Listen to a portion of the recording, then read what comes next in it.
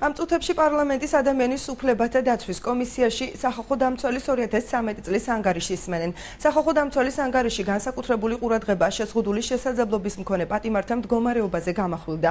უჩა ნანუაშვილმა სასჯელ ახსრულებისა და პრობაციის სამინისტროს რამდენიმე რეკომენდაციით მიმართა.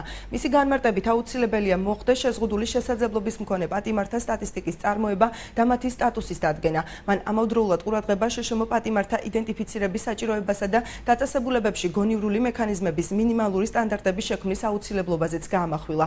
სახალხო დამცველის თქმით მნიშვნელოვანია შეზღუდული შესაძლებლობის მქონე პატიმართა მიმართ სასჯელ ახსრულების დაწესებულებებში არსებობდეს ინდივიდუალური მიდგომის გეგმები და ადეკვატური ფსიქიკური გარემო. მინისტრის მისამართით რომ უზრუნველყოს შეზღუდული შესაძლებლობის მქონე პატიმართა სტატისტიკის წარმოება, ასევე შემუშავებული იქნას პატიმართა პატიმართა იდენტიფიცირებისა და საჭიროების შეფასების მექანიზმი.